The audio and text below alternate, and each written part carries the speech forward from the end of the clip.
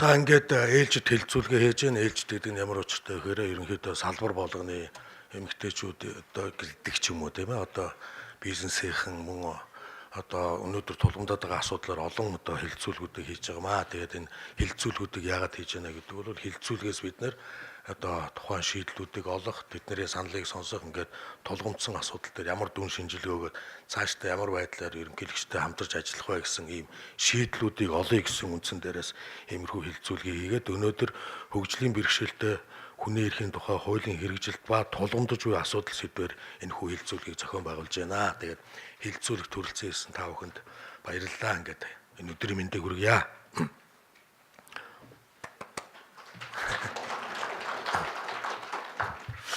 За хөгжлийн бэрхшээлтэй хүүхэд залуучууд иргэдийнхаа сурч боловсрох, ажил хөдөлмөр эрхлэх нийгмийн бүхий л үйлчилгээ, үйл ажиллагаанд хамрагдаж оролцох боломж нөхцөлийг бүрдүүлж оролцоог хангах тал дээр та бүхэнтэй хамтран ажиллахыг миний зүгээс чухалчлан үзэж байгаа. Ийм учраас энэ хэлцүүлгийг хийж байна. Хөгжлийн бэрхшээлтэй иргэдийг ердөө нийгмийн халамж асрамжийг хүртэгч гэж ойлгох нь дэлхийд даяараа өөрчлөгдөж тэдэнд сурч боловсрох, хөдөлмөр эрхлэх нөхцөлийг бүрдүүлж өгөх замаар нийгэмдээ баялагийг бүтээгчд болгон төлөвшүүлэхийг эрмэлзэх болсонтой би бас санал нэг байдаг юм аа. Монгол улсын засгийн газар нэгдсэн үндэсний байгууллагын хөгжлийн бэрхшээлтэй хүний эрхийн тухай конвенцэд нийцүүлэн хөгжлийн бэрхшээлтэй хүний эрхийн тухай хуулийг 2016 оны 2 сард батлан гаргасан ахиц дэвшил гэж үздэг. Энэ хуулийн хэрэгжилт болон доктортой хөгжлийн зорилтуудыг хангахын тулд засгийн газар хөгжлийн бэрхшээлтэй иргэдийн эрхшгийг хамгаалах байгууллагууд, эрдэм шинжилгээний байгууллагууд хувийн хвшлийнхэнтэй баг болж хамтран ажиллах нь үр дүн авчрах алхам юм болов гэсэн бодолтой байна. Статистикаас харахад хөгжлийн бэрхшээлтэй иргэд хүн амын 4% эзэлж байна. Хөгжлийн бэрхшээлтэй иргэнтэй өрхийн ядуурлын түвшин бусад өргөөс 2 дахин их. Хөдөлмөрийн насны хөгжлийн бэрхшээлтэй иргэдийн 70% нь ажилгүй. 6-аас 18 насны хөгжлийн бэрхшээлтэй хүүхдийн 50% нь сургуульд хамрагдаагүй, бичиг үсэг мэдэхгүй. 3-аас 5 насны хөгжлийн бэрхшээлтэй хүүхдийн 64% нь цэцэрлэгт хамрагдаж чадахгүй байгаа гэсэн сэтгэл зовоосон статистик тоонууд байна. Хөгжлийн бэрхшээлтэй иргэд бусад иргэдээс харьцангуй доогуур амжиргааны түвшинд амьдарч байгааг дээрх тоонод харуулж байгаа хэрэг. Тийм учраас хөгжлийн бэрхшээлтэй хүүхэд залуучуудын сурч боловсрох, хөдөлмөр эрхлэх, бие даан амьдрахад ээлтэй орчны нөхцөлийг бүрдүүлэх, санхүүгийн дэмжлэг үзүүлэх тал дээр илүү анхаарч ажиллах тал дээр засгийн газар тодорхой чиглэл өгөхөөр бэлтгэж байна. Мөн хөгжлийн бэрхшээлтэй иргэдийн асуудлыг шийдэж буй бүс нутгийн улсуудын туршлагатай танилцах. Шийдлүүдийг сонсох зорилгоор 2019 онд Аз номхон далайн бүсийн хөгжлийн бэрхшээлтэй иргэдийг хамт олонд түшгэлсэн хамруулан хөгжүүлэх 4-р их хурлыг Монгол улсын ерөнхийлөгчийн эвэлдор Улаанбаатарт зохион байгуулах талаар санаачлаг гарган ажиллах болно. Та бүхэн хэдхэн өдрийн дараа болох дэлхийн хөгжлийн бэрхшээлтэй иргэдийн эрхийг хамгаалах өдрийн мэндийг урьдчилан хүргээд та бүхэнтэй хамтран ажиллана гэдэгтээ бол найдаж байна. Өнөөдөр Монгол улсын нөхцөл байдал гадаад өр бол урд хожид байгаагүйгээр их хэмжээний юм өртөө болсон. Улс оронд үр ихтэх тусам ядуурл ажилгүйдэл ихтэх ийм сөрөг буюу одоо зөрүү пропорционал ийм хандлага харагдаад байгаа юм аа. Өнөөдөр хөгжлийн бэрхшээлтэй иргэд байтугай хөгжлийн бэрхшээлгүй иргэд маань ядуу зүйдүү болсон байна. Ядуу иргэдийн орлого 146 мянгад сарын гэдэг ийм дүн гарсан байна. Энэ бол нийт ядуу иргэдийн маань 66% байна. Тэгэхээр хөгжлийн бэрхшээлтэй иргэд маань нийт иргэдийн 4% гэдэг бол хэрвээ бид нар улс орон маань энэ өрийн дарамт, энэ ажилгүйдэл ядуурлаасаа гарах юм бол энэ ажилгүйдэл ядуурлалтай холбоотой 4% эзэмшиж байгаа хөгжлийн бэрхшээлтэй иргэд маань энэ бас одоо нөлөөлөл үзнэ гэсэн ийм бодолтой байдаг. Тэгээд энэ хүү хэлцүүлэгт одоо та бүхэн үзэл санаагаа илэрхийлээд одоо нэг тийм нэгдсэн бодлого одоо болох тийм шийдвэр гараасаа гэж одоо хүсэж байна. Яагаад ингэж ярьж байна гэхээр манай хөгжлийн бэрхшээлтэй иргүүд бас хоорондоо маш их тийм олон холбоодууд байдаг. Хараагүй иргэдийн холбоо гэдээ бас ингээд янз бүрийн холбоодууд маань хүч нийлүүлэхэд ийм хүч сарнсан байгаад байгаа бодлого маань нэгдэхгүй байгаад байгаа. Тэгэхээр энэ бодлогоудаа нэгдээд доороо салбаруудаа гаргаад тэгэхээр хөгжлийн бэрхшээлтэй иргэдийн нэгдсэн нэг бодлоготой болоод доороо салбар болгон дээр тусдаа ийм байдалтайгаар зохион байгуулагдаад ирэх юм бол бид нэр өөрсдийнхөө одоо энэ шийдвэрлэх асуудлыг нэг бодлогоор нэг чиглэлээр явуулахад дөхөн болох юм уу гэсэн ийм бодолтой байгаа. Тийм учраас энэ хилцүүлгээр одоо орон даяар одоо бид нар мэдээлэл өгж байгаа иргэний танхимаараа энэ хилцүүлэгний үр дүнд та нар маань нэгдсэн бодлоготой нэг ийм бодлогонд зангидагдаж орж ирээсэй гэж хүсье. За баярлалаа. За өнөөдөр бид нар бас энэ хилцүүлэг нэлээд амжилттай болоосоо гэж би хүсэж байна. Энэ дээр бол та нарын дуу хоолой өргөх чухал. Сая баясгалан бас энэ ерөнхийлөгч санаачлаад хийгээд байгаа юм шиг боловч энэ засгийн газартайгаа ерөнхий сайдтайгаа бид нар энэ талаар хэлэлцэж зөвсөлдсөд эхэлж байгаамаа. Шинэ засгийн газар маань бас энэ өвлжилтийн бэлтгэлгээд энэ ажлууд байгаа учраас төрүүлээд ерөнхийлөгч энэ тал дээр санаачлаад яагаад гэвэл энд дөрвөн яамны төрийн нарийн байна гэдэг маань засгийн газраар бидний энд гаргаж ярьж байгаа ажил засгийн газраар орж яригдах юм аа. Тийм учраас засгийн газар ерөнхийлөгчийн байр суурь хоёр бол нэг байгаа гэж ойлгоорой. Энэ хилцүүлгүүд бүгд бид нар зөвшөлдсөж хийж байгаа. Тийм учраас би хэд хэдэн санаа хэлэх гээд байгаа. За мэдээж төсөв мөнгөтэй холбоотой асуудлууд хүнд байгаа. Өнөөдөр бид нар энэ яг эндээс би нэг ийм санаа хэлэх гээд байгаа. Та бүхэн бас дараагийн үгэндээ оруулна үз. Одоо хөдөлмөрийн тухай хуулийн дээр хэдийн нэг чөлөө. Тэр 25 хүн дутмын нэг нь хөгжлийн мэргэшилтэй хүн байна гэд хуулийн заасан байна да тий. Тэгээд энэ хэрэгжидэггүй. Би бол юу гэж бодож байна гэхээр энэ хэрэгжидэггүй хуулийг хэрэгжүүлдэг байхын тулд энэ дөрвөн одоо яамны төрийн нарийн байна. Ингээд ерөнхийлөгчийн байр суурийг илэрхийлээд их хурл дахиад энэ хуулийг хэрэгжүүлдэг болох нэмэлт хуулийг өргөн барья гэж бодоод байгаа юм. Юу гэж нэхээр энэ хууль хэрэгждэг юм бол хэрэгжүүлдэг арга хэмжээг нь авахуулахын тулд торгодог байя гэж. Хуулиндаа бол яг тэр хөдөлмөрийн хөлс мөсгээд торгуул байгаа боловч хэрвээ шалгалт оруулаад 25 хүн дутмын нэг нь хөгжлийн бэрхшээлтэй хүн тэр ажлын байранд хүн аваагүй бол тухайн байгууллагыг тэр цалингийн хэмжээний 2-3 удаа нуглаад торгуул төлөөд тэр торгуулсан төлбөр нь яг энэ хөгжлийн бэрхшээлтэй энэ хүмүүстэй хандсан санд ордог байя гэж. Одоо болохоор энэ тэр мөнгө нь хаашаа ороод байгааг нь мэддэхгүй байгаа тийм шүү. Тийм ээ. Тэгэхээр юу гэж яана гэхээр одоо хөдөлмөрийн хөлсний доод хэмжээ 240 мянгаыг 3 нугалахаар хэдв? 720 мянган төгрөг сар болгон очоод торгоол тэр санд нь оруулаад байя гэж. За өнөөдөр нийт хүн амын 4% нь одоо хөгжлийн мэргэшээлтэй буюу одоо 3 сая иргэнээрээ тооцох юм бол 120 мянга орчим хүн байх шиг байна. Энэ 120 мянга өөрөө нэгдэх бодлого явуулмаар байгаа маа.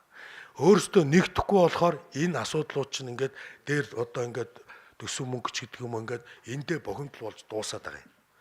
Тэгэхээр нэгдэх юм бол энэ тал дээр хууль санаачлаад яамдуудтайгаа нийлээд бид нар их хуралд оруулаад яамдуудтайгаа нийлэх юм чинь саях шиг зүйлүүдийг гаргаад авах юм бол хөгжлийн бэрхшээлтэй хүмүүсийг хөгжүүлэх сан гэж байгуулад тэр сан руу саяын торгуулууд ороод ий гэж.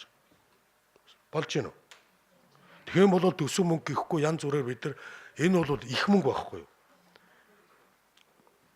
120 мянган хүнийг бид нар 25 тавахад ерөнхийдөө нэг 100 гаруй л аж ахуй нэгж болж байгаа.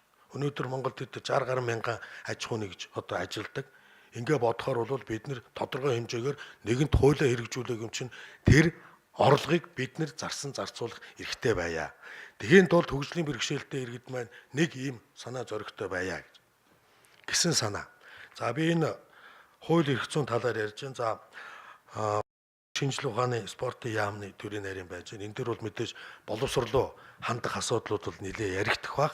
Сая дээр мэдэн дотор юу явж байна гэхээр 1500 ширхэг номыг хэдэн саяар хэвлсэн гэж байна. 25 саяар гэж байгаа. Би л 1500 ширхэг номыг 25 сая төгрөгөөр бол хэмнэх гэдэг дээр бол эргэлзээд байгаа. Тэр бол алтан өсөг мөсгтэй ном бол бараг биш баг. Нэг ном бараг 24 мянган төгрөг болж байна. 26 мянга болж байна уу? Тийм ээ. Иймэрхүү байдлаар нөгөө одоо завшдаг юм маань ингэж илэрж байна. Энийг бол ягаад тулд бид нар бол энэ дээр анхаарад энэ төсвөлсөн юм дээр бид нар хяналт тавьдаг болъё. Хяналт тавихын тулд ягаад хөгжлийн бэрхшээлтэй иргэдийн холбоо маань нэг болоод эндээсээ энэ яамдуудад улсын төсвийг хяндаг, тэр санг хяндаг ийм одоо өөрсдийн хяналтын схемийг гаргаж ирмээр байгаа байхгүй. Өнөөдөр Монгол улсад дайнаас илүүгээр нэг зовлонтой юм юу болоод байна гэхээр жилдээ 1000 гаруй хүн машины аваараар нас барж байна. Энийг 3 нугалсантай тэнцүү хүн дахир дутуу болж байна. Жил болгон. Жил болгон 70,000 орчим хүн хальтргаагаар бэртэж байна. Энээс шууд 20,000 нөгөө группт орж байна. Ингээд энэ хөгжлийн бэрхшээлтэй иргэд маань иймэрхүү золгүй ослуудаар нэмэгдээд байгаа байхгүй юу? Энэ дахиад юуж бидний соном сэрэмж нөгөө л одоо асуудлууд гараад байгаа. Энтэй холбоотойгоор бид нар одоо яах ёстой? Одоо жишээ нь Улаанбаатар хотод хальтардаг явган хүний замыг хальтардаг материалаар тавьчих. Хувин хорлох гэж байгаа юм шиг. Тэр хүмүүстэй хариуцлага тооцдог байх шээ. 20,000 гэдэг чинь 3 сая хүнтэй оронд бол их тоо байхгүй. Халахын голын дайнд нэг цөөхөн хэдэн хүн нас барлаа тийм ээ. Бид нар харьцуулахад жил болгон ийм дайнтай улс орон шиг юм байгаад байгаа маа.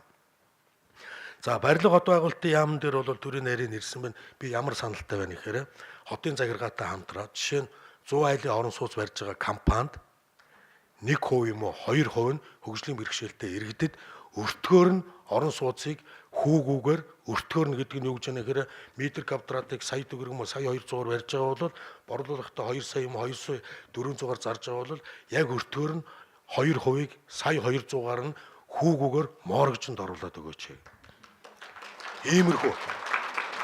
Би нөгөө нэг тулгамдаад байгаа асуудал шийдэлгээд байгаа нь байхгүй. Өнөөдөр бид нар тулгамдаад байгаа асуудлаа мэдж шийдэл рүүгээ орж чадахгүй. Шийдэл гэдэг чинь дандаа ямар шүү байдлаар болж яана гэдэг юм.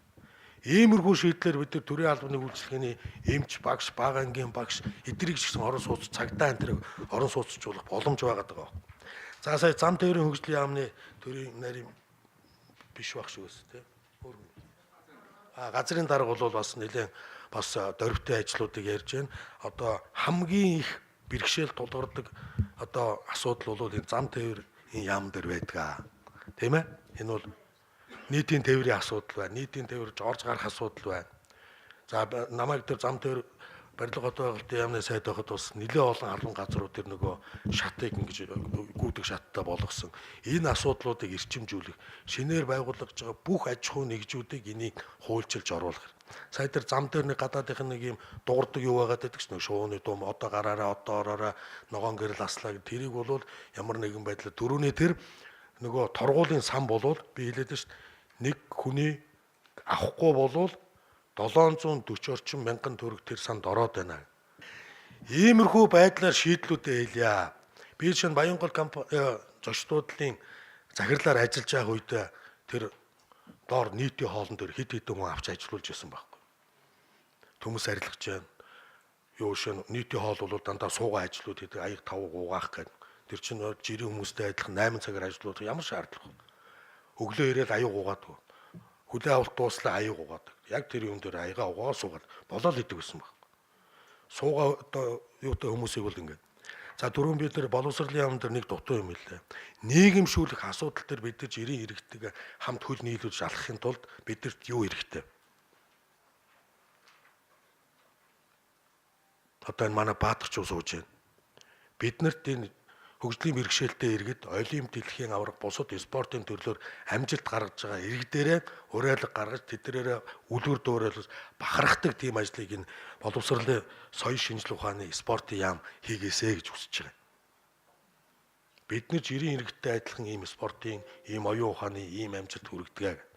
Шинж удаа бүхий холбоо яадаг вэхээр нөгөө пара олимпийн тамирчдаа хамтарсан бэлтгэл хийдэг. Ямар ч асуудал байхгүй. Тэнд ямар нэгэн байдлаар чи тэр гэдгүү улсын аваргад бас хамт ордог. Тусдаа улсын аварга шалгаруулдаг.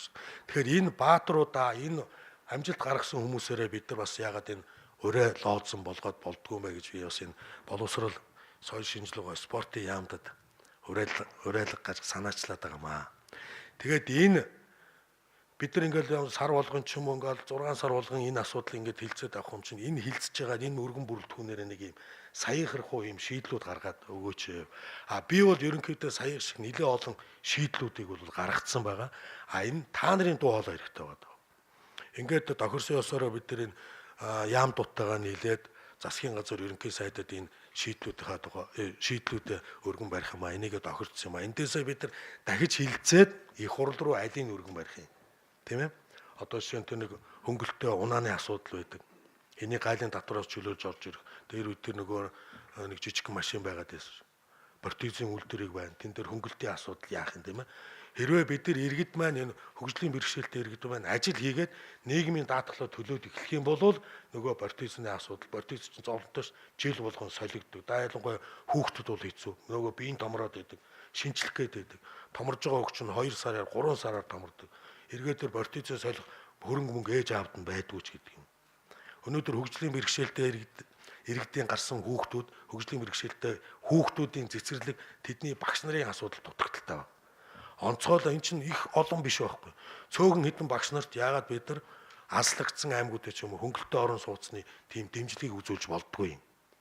Ийм санаанууд надад байна. Яагаад гэвэл би өөрөө бас хөгжлийн бэрхшээлтэй олон найзуудтай байд. Тэдний одоо юм ярьдаг, юм хийдэг юм их дэмжиж ажилдаг. Надад болохоор энэ талын мэдээлүүд одоо та нар шиг 100% биш ч юм аа гэхэд 80% мэдээлэл байдаг учраас би шийдэл гаргахад их тийм одоо нөхцөл байдлын хувьд надад ойрхон байдаг юм аа. Би ингээд ерөнхийдөө бодоод байгаа юмнуудаа ярьчлаа. Энэ шийдэл дээр та нарын дуу хоолойгоо нэгтгэхэд би хэлээд байгаа шүү. Засгийн газартай бид нар хамтарч ажиллаж байгаа. Тийм учраас энэ засгийн газрын яамтууд маань ирдсэн байгаа. Тийм учраас их хурлаар ороход дэмжигдэх магадлал өндөр байгаа. Энэ олон бүрэлдэхүүнээр ирсэн дээрээ үр дүнтэй шийдэл гаргачаарай гэж төсөё. За баярлалаа.